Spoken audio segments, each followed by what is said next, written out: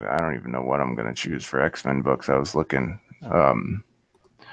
but for the hero book, I was thinking we should probably do Runaways because it's a #1. Oh, is that out next week? Yeah, we'll do Yeah, that. yeah. Let's do that. Rainbow Rowell.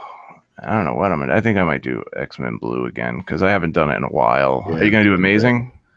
Yeah, I was going to do that instead of because it's a new arc instead of the continuing one that's Ben Riley right now. Oh yeah, and he's fresh out of his company's gone and everything. That's gonna be an Yeah, interesting issue. yeah, it should be Secret decent. Secret Empire Omega. Yeah, I'm going to read either that or Venomverse and see which one's better. If Secret Empire Omega is just boring ass shit, I'm not even going to bother with it. I'll flip through it first to get a feel, see which one's more exciting. Anyway, I'm thinking like X-Men Blue is the second issue in the new arc, but that shouldn't matter. No. Nothing. Well, this is the first issue after Secret Oh no, I didn't read number 10 yet. That's right. It still Yeah, doesn't yeah. matter. I just finished 9 a few weeks ago and I downloaded 10. I just haven't read it yet. I got to read that and Astonishing. Tomorrow will be my X-Men day. They're delving into Beast's magic background. Yeah, that'll be cool. Yeah, I'm going to dig that. All right, I'll get going here on Royals. Oh no. What? Never mind. I was gonna say I haven't done Secret Warriors and fucking I don't know if I've ever done it. Yeah, we Maybe did the first couple. I was like Or maybe I the should do that first one. one, I think, or the first and fourth. I think we did it twice. Let's see. Secret Empire has fallen, and it's Deadpool's turn. During the Hydra takeover, Deadpool killed Phil Coulson, Quake's mentor and close friend. So now Quake is going to kill Deadpool. Okay, I'm gonna decide on it while we. All right. Yeah, you think about it. We'll get going on Royals here. All right. We're back, guys. It is IVX time, and Trevitt is going to do most, if not all, of the heavy lifting for Royals #7 here because if you are not an Inhuman fan, good luck with this book. For real. Straight up. Oh my god, have I had my tablet screen on this whole time? Whoops. All right. So we have a creative team of writer Al Ewing, who is fantastic, but all of his books are dense. We have the artist of Kevin Libranda. Libranda. Right. Colors by Jose, Jesus Christ, Villarrubia. Yep. And letters by Clayton Cowles, none other than Clayton Cowles. This guy fucking does everything. He's on that image book Redlands by Jordi Belair. He's on other image books. He does fucking the letters for Batman. Since the last time we've talked about Clayton Cowles, I've realized that he not only does 1,000 Marvel books, he also does a bunch of image books and DC books. Like, that's just insane. I know. When does he find the time to do anything else? I just picture this poor man in like a small like office just lettering comic book after like he's like a slave and they're like, here Clayton, here's another issue, motherfucker. I don't think that dude ever leaves his computer. No. So I got the solicit here, which is the return of the Sky Spears. Their name means genocide. Well, that's kind of a spoiler. But what are the Inhuman possessing Sky Spears? Medusa and her team may not have a chance to find out. The Snark War is here. One royal has already fallen. How will the rest fare against these power-stealing warmongers? All right. So we start off this issue 5,000 years into the future, just like we start off every issue with this title. Oh, does it? It's been doing this? Yeah. Every we always touch in with what's going on 5,000 years in the future. So we're at the equator on Hala, the Kree homeworld, with Maximus at this point in time, the last Inhuman. I had no idea how he's lived for 5,000 years at this point. Not yet, but I'm sure we're going to find out. Vitamins. Yeah, definitely. And Marvel Boy, a.k.a. Nova, who is now an accuser. And that explains his giant beefed up look because I don't know. I mean, he's a genetically altered Kree from the future, well, alternate timeline, so he could probably make it that far, but in age. Yeah. And Marvel Boy is fighting an insect-looking giant squid monster, and he's getting knocked around for a bit, and then he pulls out a lightsaber, and it's a legit lightsaber. Like he's got the thing in his hand, he's like, Yeah. and and Maximus is just watching, and we get a narration about the harsh environment of the area they're in, and how many in the world would not survive on the pilgrimage they're trying to make, which is not completely clear at this point. And in the last issue, in the beginning, we saw them on the pilgrimage, and they had this other guy with them who was, I guess, was a human because Maximus made a comment about it, and he didn't make it because I guess where they are right now, it's extremely hot. Yeah, it's equator level, like our equator, but worse. Way worse. Like it would kill a human. It would kill anybody else except for people with special abilities, because that was the narration of the last issue. While they were walking, they were like, a human would die. This would only last such long. But the accuser sweats, and then it shows Marvel Boy's face that he just has beads of sweat. So it doesn't really affect him or Maximus. I mean, if you can live over 5,000 years, a little heat's not going to fucking kill you, right? So Yeah, you probably survived worse than heat. yeah, probably. So next we catch up with Flint and Crystal on Centauri 4, the new home world of the Universal Inhumans, who you may remember from the Hickman run of Fantastic Four, or FF, or War of Kings. They are checking out the Circle of Testing Fire.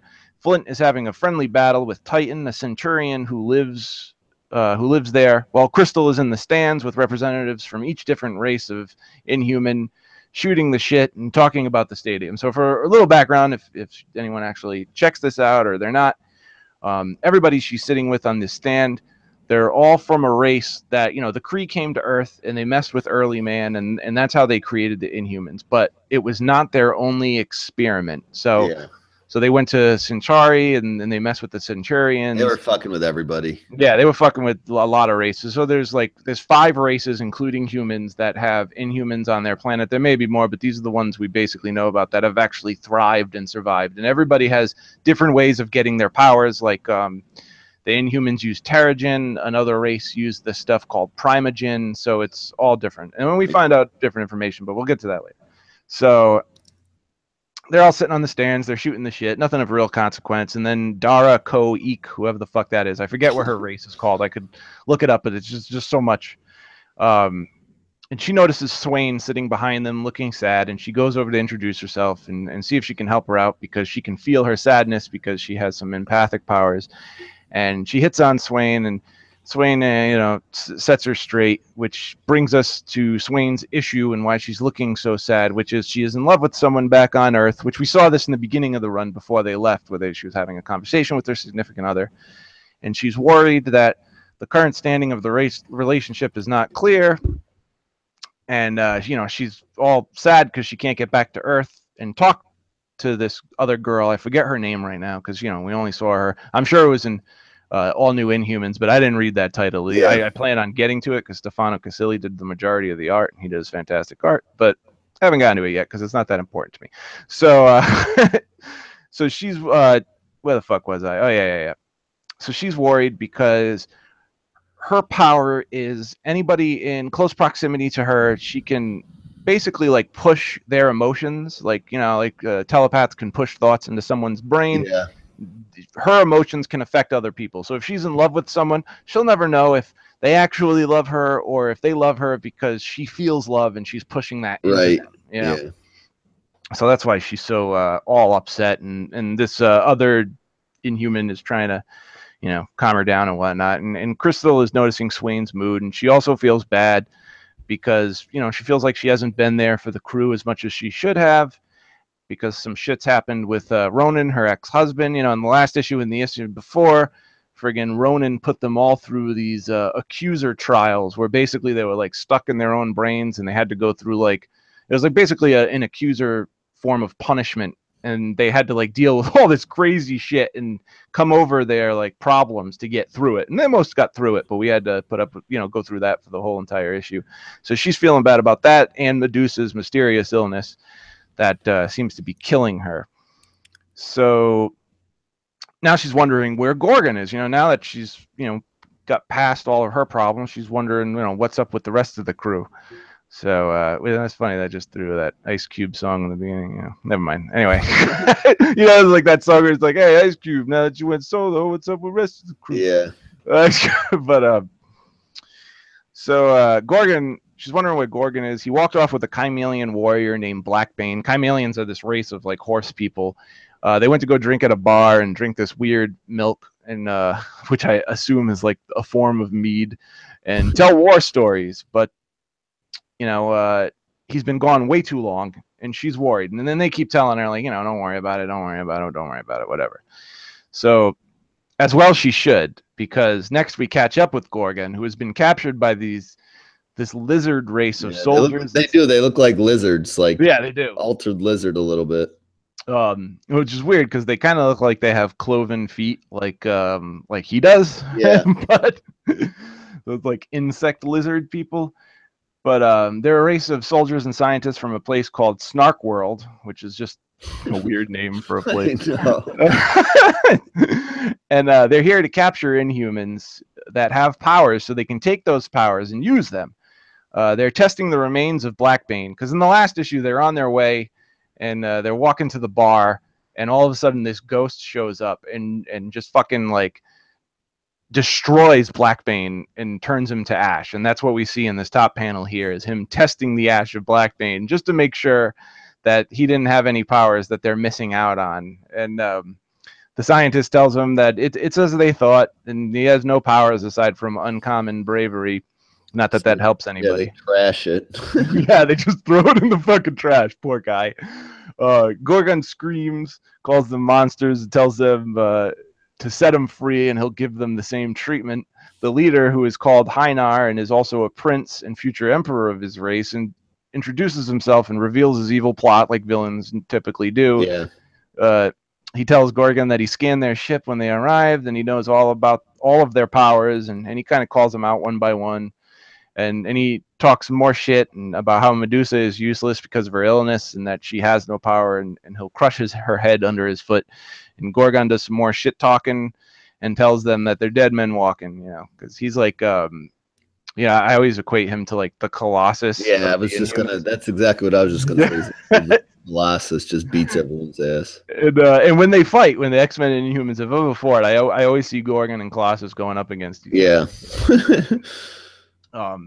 So one of Hainar's lieutenants gets a little too big for his britches and starts asking why they don't just use the power they got from the Chimelian sorcerer and end all this. Like, he can turn into this fucking like smoke ghost monster and just electrocute the shit out of people and turn them to ash like he did to that Blackbane guy. So why not just say fuck it and do them all? And he tells him like, chill the fuck out. Why deny ourselves more powers? Because they need all the powers they can get, because there's a civil war on their planet right now. He's like, we initiated Snark War, whatever the fuck that is. I know, they need to stop using that word. It's awful. So I guess like when somebody dies on their planet, they initiate this thing called Snark War, which creates a giant civil war for succession. So whoever the leader is, and they win that civil war, they become the new emperor. And since he's a prince, he's next in line. So if he gets all these powers and destroys the other side, he's in like Flynn, Yeah. So next we catch up with Medusa, Marvel Boy, Maximus, and the four queens of the other Inhuman races. And just for a little, to a little background, these four women are also Black Bolt's wives. Black Bolt has 5 wives. The 4 other Inhuman races have like their own chosen queens who are his wives, but his one true love, who is also his wife, is Medusa. And they did this. This all goes back to the Universal Inhumans and everything. It goes back to War of Kings by Dan Abnett and Andy Lanning and Jonathan Hickman's Fantastic Four and FF runs. And during the Abnett and Lanning's big cosmic run with their Guardians of the Galaxy, War of Kings. There was another one I'm forgetting right now. It was the Kree War, the Kree. God, what's that other fucking race? The Starjammers work with them. X-Men's always going with them. The Skrulls? No, fuck. They had that war with Asgard in Thor that just ended. The Shi'ar. That's right. Sure. The Shi'ar, they were led by Vulcan, which is Cyclops and Havoc's brother. And the Inhumans went to fucking the Kree homeworld of Hala, and they took it over. And they had a war with the Kree with Vulcan. So it was a pretty fucking sick story. It was like one of those typical Marvel cosmic events of the year in that time when it took place. So they're all at the Sky Spear that landed on that planet. And for more information on Sky Spears, you could check out Inhuman and all new Inhuman series by Charles Soule, whatever the fuck, because that's where all that took place. And Sky Spears are these mysterious serrated obelisks that seem to land on planets with Inhumans on them. And no one really knows what they do, except they respond to Inhumans when they get close, and they will possess the Inhuman, and the Inhuman will defend the obelisk. So Medusa asks if they've examined it and done any experiments. In Anami, I think it's Anami, I don't know, these weird names. Anami Whitemane tells her, which is the Chimelian queen, tells her that when their wisest mage got close, it took control of him, and he started attacking everyone in proximity. And he never left. His skeleton's on the ground next to it. Yeah, he's dead. So you get a page of what happened. Like, you get narration, and he's standing there possessed, and he's just blasting everybody. And then at the bottom, you see him, like, his clothes wrapped around a fucking skeleton horse person, and he's fucking dead. Bugs crawling out of his eyes. Yeah, bugs. Yeah, bugs. Cockroaches fucking crawling out of his eyes. So where was I? Oh yeah. So, but when he was defending it, he yelled out that any continued interference will be met with extinction, which is interesting because that came from the Sky Spear. So they start telling Medusa about these runes that show up on the Sky Spear that resemble some of their languages. One said, "Look to find," is what one said, "Look to find," which means to examine or experiment, and another word that meant seed or fruit. So right now it's sounding pretty positive, right? But they can't tell if the obelisk is the seed or the experiment. Medusa tells them that they have also translated a rune on one of the Sky Spears from Earth, and it was an exact match for an ancient Inhuman sigil meaning genocide, which doesn't sound fucking friendly at all. Yeah, it sounds bad. So when they arrived here in the last, just gonna give background because what I'm about to go into next would make less sense if I didn't say what I'm about to say now. So in the last issue, when they came to like the Universal Inhuman Royal Court, they had to put Maximus with a power inhibitor and a chain around his neck because everybody knows who he is and nobody fucking likes him because he's a fucking psycho. Cocksucker, yeah. If you've ever read any Inhuman book with Maximus in it, he's never up to anything good. Yeah, he's usually the bad guy. Yeah, he's always the bad guy. And even when he's like an Infinity, him and the Black Bolt worked closely together on this machine. They were the ones who were responsible for releasing the Terrigen all over the planet. And he fucks Black Bolt over in the end, like his own brother. But he's a genius. He's a fucking genius who has telepathic powers and can also control people. So she put that on him so they would be accepting of him being in their company. But it was all a ruse. And much to Maximus' surprise, Medusa lets him loose to take control of the Universal Inhumans and warns him not to screw her over because they want to test out the Sky Spear. And Marvel Boy also warns him and says that he has a built-in defense to his powers. So, Maximus can't take control of him. But before he can finish his sentence, Maximus gets one of the Centurion Marnock to grab him with her psionic powers and wants to prove a theory.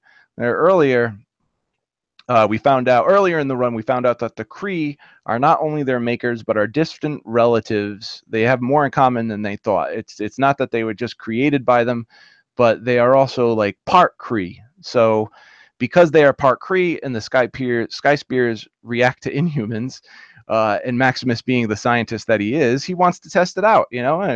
He's a Kree. We're kind of Kree. So let's see if the obelisk reacts to a Kree person. So he fucking uses the Centurion Queen to fucking throw Marvel Boy at the obelisk. Yeah, and it just, it fucks him up. It electrocutes him and knocks him out, and because Medusa yells to put him down, and he's like, there, he's down, maybe even put down. because he doesn't give a shit, you know. So he could Yeah, be dead, but we know he's not dead because we see him 5,000 years in in the the future future, yeah. with Maximus. So I mean, take that as you will. And then we turn to the next page. We catch up with Flint and Crystal at the Circle of Testing Fire. Titan congratulates Flint because they've been, playing kind of battle games the whole time, and Flint won 2 out of the 5 battles. And for someone who is going against someone who's highly trained and is a warrior of his people, and Flint is just like, he just came into his powers maybe a couple of years ago, and he's not nearly a warrior. It's pretty impressive. And then Crystal's still worried about Gorgon, and someone tries to calm her worries, and everything starts shaking like there's an earthquake, and then they all get fucking tased and knocked out. Yeah, I know. They don't even get a minute, and you see the smoke everywhere, and you see the eyes and the smoke, the gas, so you know who it is. It's that guy who has He's the lizard dude with the funny legs. yeah, the lizard dude with the funny legs, who's got those sorcerer's powers, and he's using them to capture everybody. So next they wake up where Gorgon is, where in the lizard people's ship, the Snark, the Snark World people. Yeah, I just can't get over that. I know, it's such a it feels like everything else is so much more eloquently named, and then we just got these goddamn Snark snark World. bastards running around. I'm gonna call them Snarks from now on. Yeah, sounds like an alien from Elf for some reason. It I does. don't know. It does. Probably because he used to say snarf. So fucking Snark is right around the corner from Melmac. So Yeah, right. So they're in the Snark ship, and they're all in these crystal-looking pods, which is where Gorgon was held when he was still had his powers, but now he's not in there. And they're kind of like little batteries, these crystals. So Crystal sees Gorgon, and he fills her in on about what's going on about the Civil War and them wanting to steal their powers, but it's not permanent. They it's only temporary, and they need to hold on to them, and they use them as batteries and keep stealing their powers over time. Whenever like they use up the power and it wears off, they could just it comes back to them. Yeah. So they basically power batteries. And we turn the page and we see Gorgon chained up, and first of all, the dude's fucking jacked, but his legs aren't Hoven Cliff. Yeah, they're just regular huge dude legs. Yep. So he goes back when they steal your powers. You go back, even if you're like mutated, like Triton. Triton's kind of like he's Karnak's brother. He looks like a fish dude. Yeah. So if this happened to Triton, he'd turn back into like a normal human, just like Gorgon lost his cloven legs. And he says he's got a plan, but that's the worry. I don't have my powers, so I guess he's gonna have to wait until they come back and he's not in those crystals, so he can fucking slam the floor and get the fuck out of there. But this is where the issue ends. Yeah. So what'd you think? Buy, borrow, or forget? For me, boy, see, this is it's a good series. If you liked Al Ewing's, Inhumans are hard. And I don't blame people because over the years, nobody's really done them correctly. Hickman did them well, Abnett did them well, but they've never had like a regular series that's been like out of this world. Like Charles Soule tried, he did a really good job, but it just wasn't out of this world that it would bring people in to view them as like the X-Men, which is what Marvel always wanted, but they're never going to achieve unless they want to put like their top name brand writer and top name brand artist on the book for like 25 issues and do some amazing shit that ties into the whole universe. They're never going to make that happen. And but the art's great. I mean, in this series, the art's been up and down, but we started off with John Boy Myers, and then we got Tony Silas, and I really don't like Tony Silas, but here the Kevin Libranda dude is doing a great job. He's got one more issue, and then Javier Rodriguez from Doctor Strange and the Sorcerer Supreme's coming over. So, I mean, he's got a similar style to what we're seeing here, so it should be cool. I really like this issue. It's really dense, just like Ultimates and anything else that Al Ewing does. So if you're looking for like a really dense story and you have like a really good grasp on Marvel history in general, on top of Inhumans history, Al Ewing just strikes me as a guy who has like knows Marvel's entire history, because in the back of each issue he puts all the books that he like, all the series and books that he tied strings to.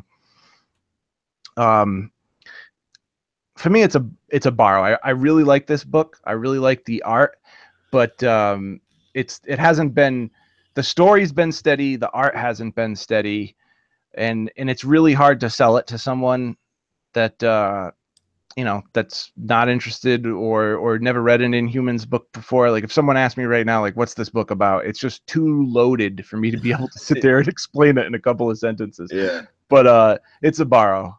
Yeah. Yeah. I really like, I'm kind of step and step there with you because, I don't read a lot of Inhuman stuff unless we're reviewing, the individual issues on the podcast, and I'll read that individual issue. And if it was something that grabbed my attention, I'd go back and read older issues, try to catch up on them, get the gist of what's going on. But this one was like too much of that to make me like, it's almost like, it's like, I don't need to read the 6 issues before this. I need to read every Inhumans book ever to understand what's going on. Yeah. Oh yeah. So it's just very daunting when you're trying to just have fun reading one issue of an individual comic book. So other than that opinion, like you can tell it's very well put together and thought out, and the story isn't moving very quickly, so it's being set up well. I also like Al Ewing's books, and he always kind of gets random things to be thrown on. And this is kind of like another one of those random things, but he always puts so much effort into it. You don't ever want to like call his issues forgets, because you can see the quality there. But yeah, it's a borrow for me, and my favorite part was definitely the art. Like the first time I was reading the book, I kept getting distracted by the pictures because I'm like, oh, that dude looks cool. That dude looks cool, Yeah. So everything does look great. It's just the characters I don't know very well at all. I know a lot of the big name Inhumans and some of the side guys like especially the new humans, they call them, like the chick with the pink hair and the dude with the rock fists, like that. That's where I really get lost with the Inhumans. I know my Black Bolts and Maximuses and Medusas and Gorgon, and that's like the characters I would care to read about. And this book is centered on those guys, but there's so much more going on here that like there really is distracts me, from truly enjoying it the way I should. So there's quality there to be had, and if you're an Inhumans fan, it's definitely something you'll enjoy for sure. Definitely. But as a casual Inhumans fan, and just someone that likes other characters a lot more, this was just borrow territory. Yeah, and definitely because it's so dense, like I would want to tell someone to buy it, and then like you have to commit to this, so you definitely borrow it, check it out, see if you want to go back and like refresh yourself with everything this is connected to, and then decide if you want to buy it, because I would almost suggest reading Royals issue 1, which is probably on Unlimited at this point. And if you enjoy Royals issue 1, just keep going. I wouldn't start at Royals issue 7. No. So yeah, don't do what I did. Because it's a long form story, so even if it was issue 12, it's still going to be the same story from issue 1. So yeah. So yeah, that's one of the many times I'll tell you don't do what I did, amongst other things. So we're gonna end book section number 1. We're gonna transition into the Midpoint Marvelous Facts, our Venomverse section, and wrap things up after that. So we'll be right back.